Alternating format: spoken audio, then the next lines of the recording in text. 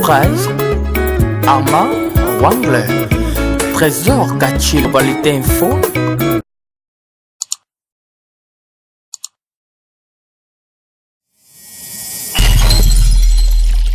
Merci beaucoup au coffre, on l'a déjà plateau Nabiso. Invité Nabiso va se présenter. Et puis, tu vas développer ma solo Nabiso. Donc, tu vas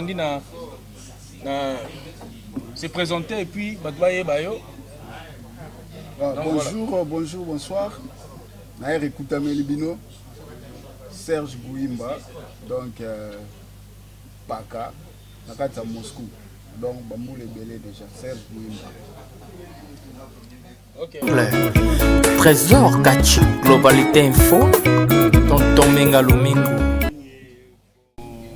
Bonsoir, bonjour, donc, d'écouter l'histoire à Moscou. D'écouter l'histoire, donc, merci à toi, maître, Trésor.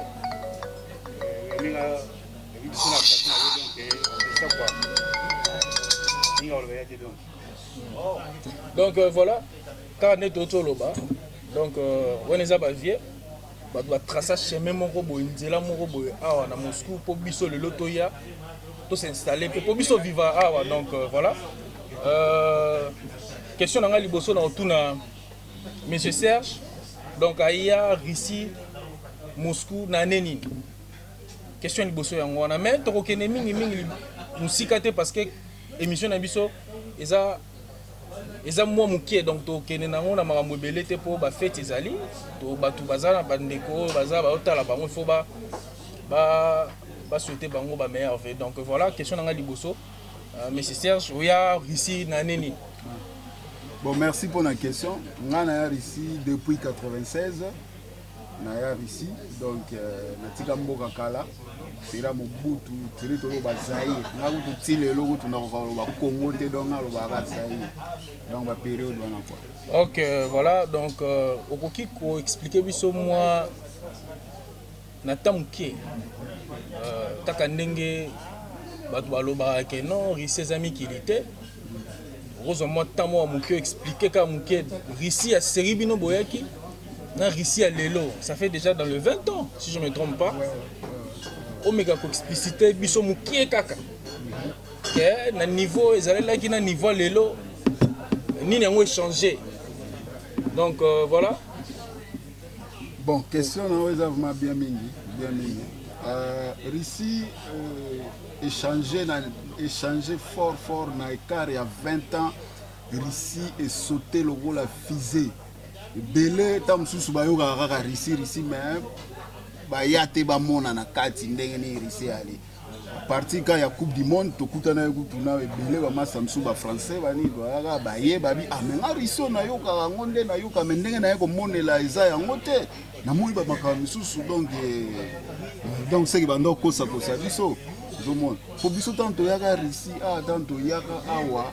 Donc ozomona ke ba makambo yalaki ba bloko belé zaki ya okangama ba bloko belé zaki ya okangama donc so oyena Russie so moni noir awa yalaka étudiant donc aye kotanga sisi makambo ba chiki azongi mboka ou bien atamboli na ngambo ake continuer l'étude donc yalai bongo ke omona bina mutauti Afrique surtout biso ba congolais donc mutauti Afrique aye aya ko luka vie na Russie ayaki venda rare parce que o ezaki mboka d'étudiant ezaki mboka d'étudiant parce que Russie omoni siko batu nde baloba ke Russie za potote bon nga na regretter nango d'abord parce que na koloba ke nanu d'abord Russie ezali na 4 saisons eza d'abord na 4 saisons hiver et été printemps automne ezali donc eza ndenge moko na mambo eleka côté kuna donc soto bito tala susu na makambo ya babilamba kolata banini tuana donc eza déjà de amikili na ndenge belé ozomona donc OK pour na ozo moi na katumo muke mon niveau au soulever point moi c'est très important mais balobara que Russie social est raté mais comment fait-il que no bino bo vivande nini sans social bo lati bo na moni neti ndeko za pembe na yo ba Versace donc ça va ba Rolex na maboko donc pour balobara Russie lo raté. Mais si vous comment beaucoup vivre donc dans mon déjà luxure donc ça veut dire que non donc dans Moscou il y a des gens qui vivent Donc il y a des gens qui vivent awa, bazana makambu pe ba ali. Mais oko expliciter biso sous moi mukie nde bolati bien boy. O expliquer bato ba yeba. Na ba o pe ba na posa oya, bo contacter maison Schengen. Donc bo contacter maison Schengen, bo mona numéro na sewana, so lingoya. Au monde mikili ok lotambola partout ye Moscou mbala moko côté Allemagne au côté mbala monde bande comme sous passer la awa donc voilà pourquoi expliquer ce mot mukia et puis te développer l'histoire ouais ici awa nini social ndenge awa ndena ngambo ya la biso awa ya la te ba benga mango ya awa na risi ezalaka te ya mwana bomona ke ba garçon courageux o balega na risi awa na risi so moni bena donc garçon aleki awa na risi so moni ba garçon aleki awa ake par exemple na banda ngambo kuna ako risi toujours pourquoi parce que awa eza mboka ba courageux awa eza mboka ba courageux biso ko to benga ngo kota koli ozo comprendre. Ok, nakasi susu. Ce qu'on peut expliquer biso mango eza nini pona ba ba ebi mango ya te. Il y a des Congolais qui vivent aussi au Bavanda par exemple là-bas Afrique au Hollande moko aux Unis d'Afrique du Sud ou soit il y a des Congolais musu baza par exemple na Mexique et tout. Est-ce qu'on peut expliquer bon mango d'abord c'est quoi? Ok bon mango ya ezali Sedik et ali lokola mbongo oyo ba pesaka indemnité familiale bon eza ba kombo belende ba benga mais ça quoi social moko ba edara ba famille ozomona par exemple bato mususu bayaka ebwaka ngunda abwaki ngunda na mboka alors sikoyo bazwiye na charge babando futa e balar banini tutu mbongo bana mbongo nini yango wana ba benga ngo mango ya donc ngamde ba binisa mais awa biso siko makambo wana ezalaka te. Donc awa mutu a force kana force na ye akibimi tongo ake boulot asali boulot azongi na soir azumwa aluki mwa lipa mwa nini afuta palais azotinda pe balar na Afrique ozomona azotinda pa zo aider ba famille awa to sala yango.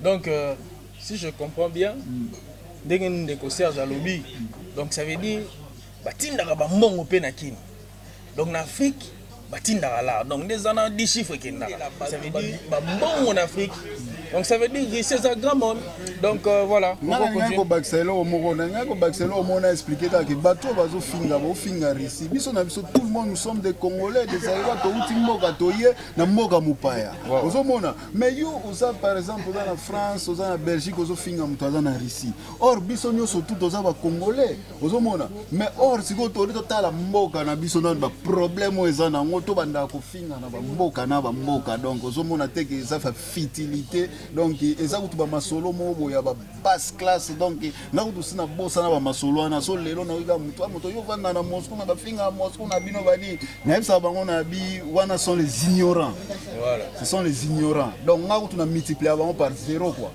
donc c'est ça.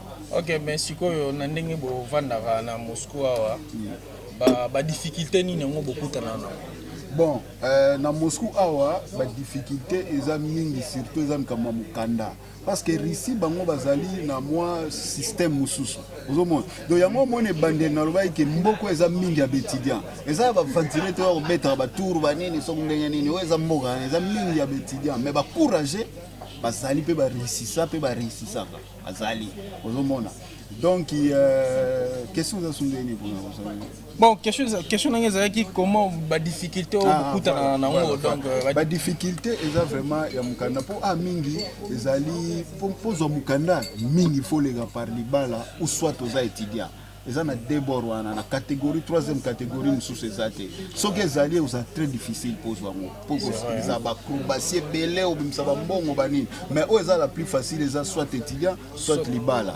ozomona de difficulté yango no musko ba nouveau temps bayaka donc baza batu ba nouveau mususu moni bon moni ça fait bon il y a ba 5 ans passé po ba nouveau ngo bazo changer ba forme ozomona mpo nayebi basérie na biso banouveau mosusu banda oya ozomona baba très poli donc ozomona doyen aza na amour na posa ya koguide ye akotisa ye na rai. Donc okopesa bango message banouveau bazoya okopesa bango balandaka ozomona parce que biso tanto yaka oyeboye ozangi courte kabo courte keza na kirisa ndeto ba manto donc ozangi bora malili mais tellement doyen azotala garçon azala respect azala boyeboye omona bisi mantone apesa bi serge ofozwa boro po moni mboko aza malili makasi il faut boyeboye bon sikoyo avec le temps ba nouveau temps bazoya ba catégorie zo changer ba forme zo changer ba misusu ba koma koya ko bouder même ba doyen ozo comprendre donc yango omona tam supona na landa émission mo boye mutu mo lobaka mambo ba risa lobiki ono ba doyen misusu ba faux esprit ole ba aider ba nouveau ba ko peta ba okara tout ça bona na landa mo bor mo bongo mais na tala na bige non mais comment mutu akoloba boye et ça na batu misusu nouveau aye mais azo bouder na ye déjà ba doyen donc ye na kina eba ka ngato na même Kelida, on a coupé tout le monde, on a payé Versace, on a payé Yamamoto, on a payé Gucci, on a un danger. Mais c'est quoi il y a un danger? Mais c'est quoi il faut approcher un danger? Il faut aider un danger. Il y a un danger alors. Ça là, il y a un danger alors. Quand on a rail, vous comprenez? Donc il y a un vie. Il faut que vous quittez ça. Il faut trop respect. Au moins, on va aider. Donc voilà, Bandeko ya Globalité Info. Vous s'abonner. Bah on y a nouveau na chaîne. Bah on y a tout basé sika. Première fois batala émission dozo sala. Botala na se, bo s'abonner. Boko bandozwa ba émission précédente mususu. Boko landelango, boko bandozango direct na ba téléphone na bino na ba tablette na bino. Donc voilà. Tozala sans plus tarder na koki ko souhaiter meilleur vena mutumo waza très important au peut soutenir la chaîne Nabiso Globalité Info. Na niveau ya Suède wana na pesi ba mbote belé ba meilleur ve Miss depuis Suède et puis na ko pesa pe ba meilleur ve nanga na Marcel Kachina de loin mon vieux muta pesa nga mo ba idéologie yango wana donc voilà et puis Toroki koluka déjà to chité mais pour na ko chité pour na ba dédicace déjà na ba dédicace et puis na ba meilleur ve na biso OK banda déjà et puis nga moko na ko clôturer donc voilà. OK, merci. Ba meilleur ve nazo pesa d'abord na famille na ngai famille Bouimba Mobimba donc ba meilleur ve nazo pesa na petit frère na pire petit Marc Kouimba na Lyon donc yayo viena au pire viena yo Serge Kouimba et Walingio trop donc ba meilleur ve bonne année malamu déjà lobby tozo kota le 31 donc nzamba sunga nzamba pambola donc oza donc très bien nazo pesa susu donc pire viena ngai Vie Lopez na Canada Lopez Mukishi Vie petit no yeyo Serge Kouimba donc na pesa ba meilleur ve belé vie na famille bota oza calme donc c'est moi trop donc pire sous mwana mai na biso bienvenue Doucouré Oli Pompo donc on est ensemble à toda musika banini on est ensemble bon grand frère Adayaki banini bon condoléances courage kaka mwana mai courage webiga ezanzela biso donc c'est ça quoi c'est ça en tout cas ba massa mususu mwana mai na ngai edikabe na Canada na bosani donc